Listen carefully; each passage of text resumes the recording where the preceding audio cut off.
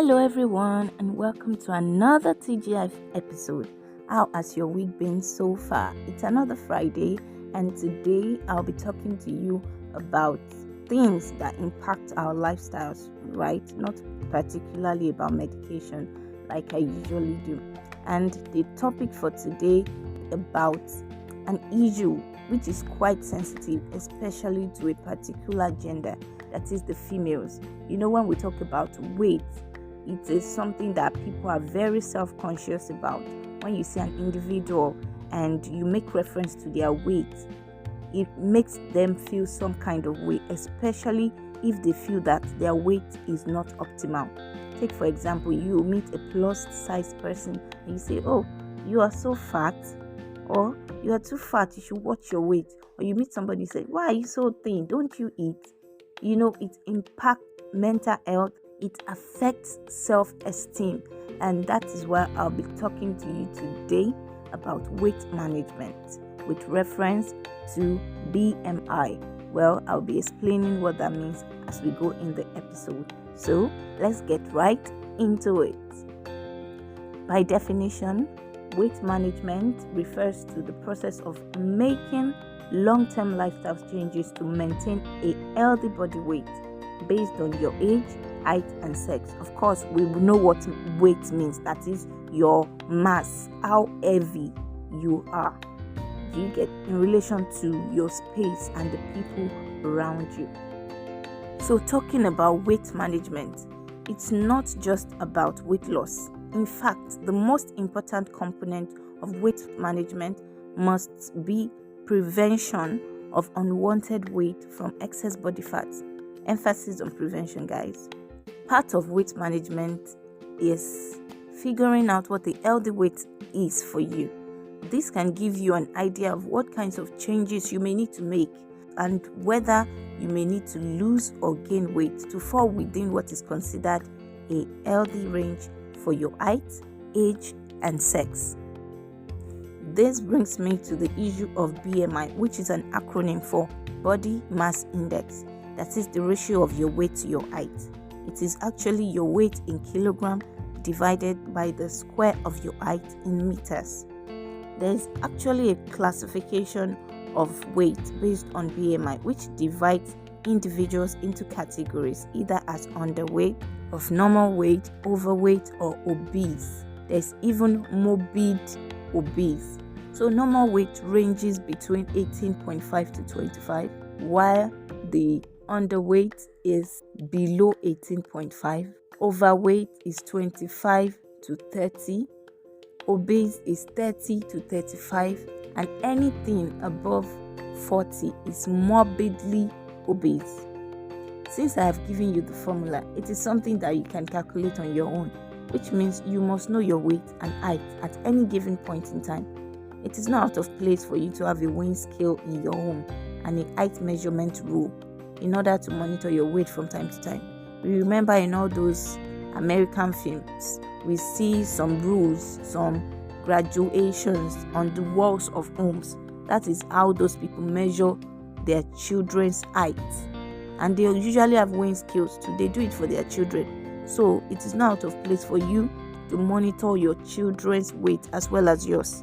And if you don't have this equipment or can't afford them, no worries. You can walk into your pharmacies for that. All pharmacies, I believe, have weighing scales.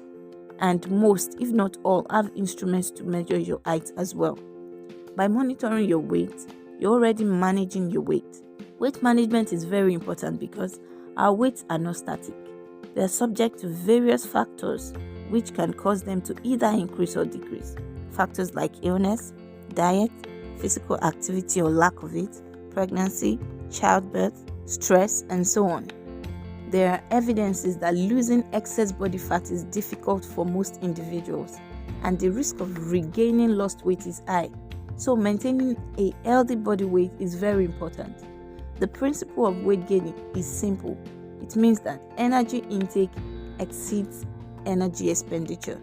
Though BMI may not be helpful for everyone, especially for people who have a higher than average muscle mass. Another method considered to be more accurate than BMI is weight to height ratio. It takes into consideration the central fat, that is the fat that collects around your organs in your midsection. And it is calculated by dividing your waist circumference by your height. It is recommended that your waist should be less than half of your height.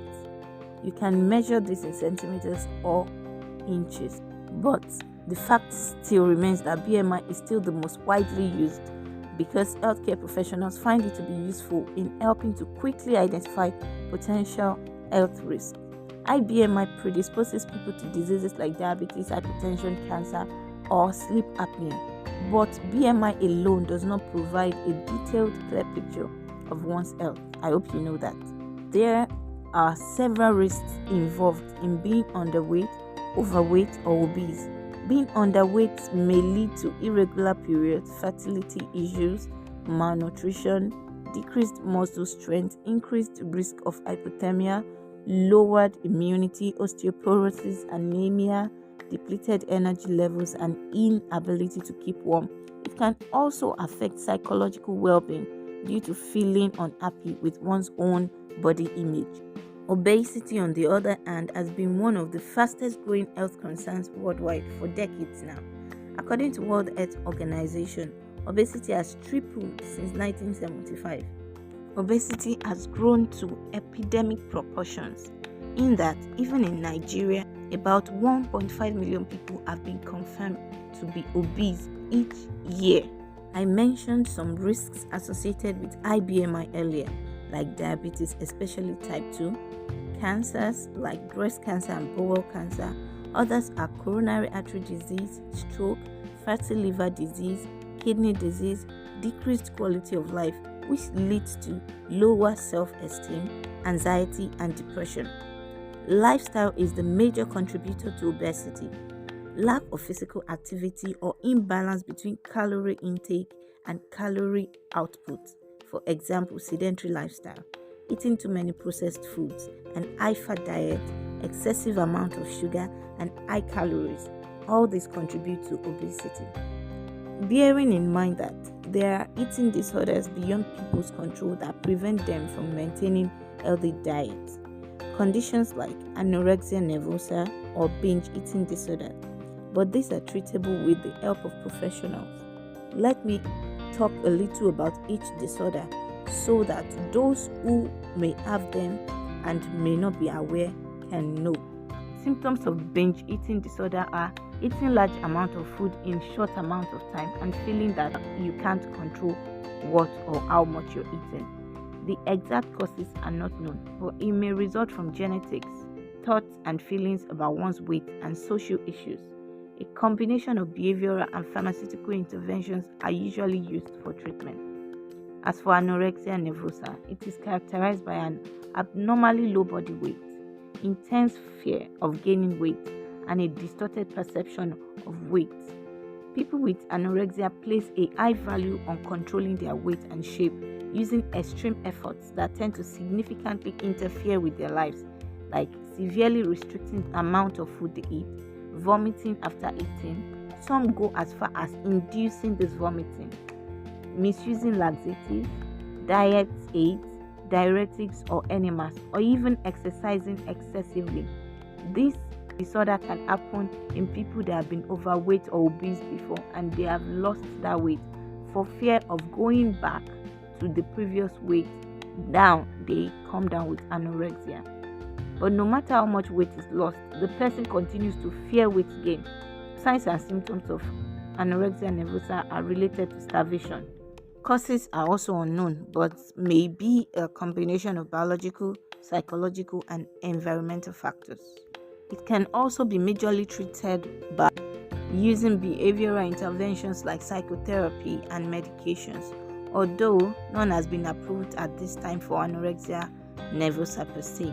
Antidepressants and other medications for psychological aspects of the disorder are used. For people that are overweight or obese, a combination of diet and exercise is usually employed, as well as medications and supplements.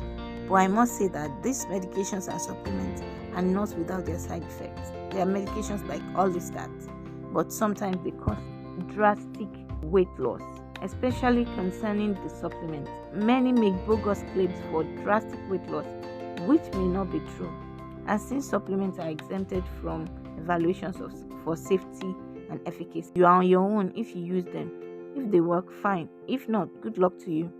Of course, those who have tried all this without results opt for surgery, that is the metabolic and bariatric surgery, as a last resort to remove this excess fat. So, all in all, it is very important to pay close attention to weight management, not only for adults, but also for children and even pregnant women, in order to maintain healthy weight and live healthy lifestyle. You can engage the help and services of your healthcare professionals, especially your nutritionist, for this. Now, let me close this topic by giving you tips for weight management and healthy living, which will of course come after you have attained your target weight. The first tip is add motion to your day. That is, schedule time for physical activity and stick to it. Any physical activity, even for a short time, is a good thing. Is it walking for a few minutes? Is it climbing the stairs? Is it jumping rope, skipping? Just add a little physical activity to your day. It doesn't have to be anything rigorous, but do something. Don't be on one spot for too long. Number 2 is have healthy snacks on hand. Look for snacks that are low in added sugar and salt, like fresh fruits or sliced vegetables or even smoothies. Let them always be with you, so that when you have cravings, for unhealthy foods, you just pick them and you eat them, instead of going for those high calorie foods, processed foods that will not be healthy for you. Number 3 is reduce screen time and time spent sitting. It's in relation to adding motion to your day. Turn off the devices and take a walk. Instead of sitting in front of your TV all day, or in front of your computer, or sitting down on one spot pressing your phone all day, try a new sport with your family. Create a playlist of favorite songs and have a dance contest. I mentioned this in my diet and exercise episode, how you can dance and do some physical activities just to exercise your body, because like I said, obesity results when you are eating so much and you are not burning those calories. With time, it will accumulate and it can result to obesity. Number 4 is use a food diary to track your meals. Whether you use an app on your phone or you write it down, track your meals to help you discover changes to help you lose weight. This may not be so easy, and that is why there are some apps. If you search well enough, you'll see a lot of apps that can help you manage your weight management apps. You'll see them. You can use those that will remind you, take water, take a fruit, and all of that to track your meals. You can, come up with a very good food timetable that will help you maintain your weight. All these resources are online if you search well enough, so you can use those as your diary, as resources to track your meals. You must do things intentionally. Don't just eat anything that comes to you. Don't just eat as much as you. This is the only way you can maintain your weight. Another point, which is the 5th one, is be prepared for setbacks. They are normal. Yes, be prepared. You may have setbacks on your active and healthy journey. Don't let them hold you back. Okay, I've said that for this week, my lunch will be this smoothie. My lunch will be this fruit. But I've broken it. Somebody did birthday at work and they brought cake. Now I've eaten cake. Since I've broken it, what's the point in continuing? No, even if you break it, you can go back to it. Somebody shared donut at work today and I ate it. And I've been maintaining this thing for the past 1 month. Now I've broken it because, it do not smell nice. Or is it the samosa and spring roll, the small chops I could not resist? Now you think that has undone all the work you have done before. No, you can have cheat days, alright? But just make sure that you always go back to that your healthy diet plan, alright? You can reach out to family and friends for support. It's not out of place. They can encourage you that, please, I'm doing this diet plan. Help me to actually keep at it, like they are accountability partners for you. Alright? And if you're going the other way, if you're derailing, it can help to bring you back on track. Another tip is manage your stress. Your friends and family can also come in this aspect. With some people, they binge eat when they are annoyed or when they are worried. They just start eating. Instead of that, you can talk to somebody. Do you understand? You can talk to somebody to ease off the stress. You can do a physical activity to take your mind off it. You can visit the gym instead of sitting and thinking about that thing and eating everything that comes to your sight. Do you understand? Find your own formula for stress management. Note that thing that makes you derail from your weight management plan and try as much as possible to avoid those things. You understand? And the last one is portion control. Don't eat too much food at the same time. It is not advisable. Don't eat everything that comes to your side. Just take a little. Control your portion. Alright? Don't eat a bulk of a food all at once. Start every meal with a glass of water. At least that would have filled your stomach to a particular point. That will help you control your portion. So use small plates to eat. Don't carry big plates. You'll be tempted to put too much things.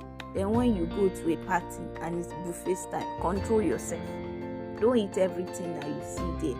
Things like this help you to manage your weight and you'll be happy for it. Never again will you go out and somebody will be body shaming you. All this body shaming that we see all over social media today is because weights are not being managed. Or let me put that caveat there, that disclaimer. Or it could be that this person is going through things that are affecting their weight. So we cannot just conclude that they are not managing their weight well. But managing your weight will go a long way in helping to avoid these things. If you are consciously managing your weight, and if you have an eating disorder and you go to the right professionals to help you, you will attain your optimal weight. Before you know it, you'll be happy with yourself. You have a good self-image. Nobody will talk you down. Nobody will body shame you. You will be healthier and happier as it should be.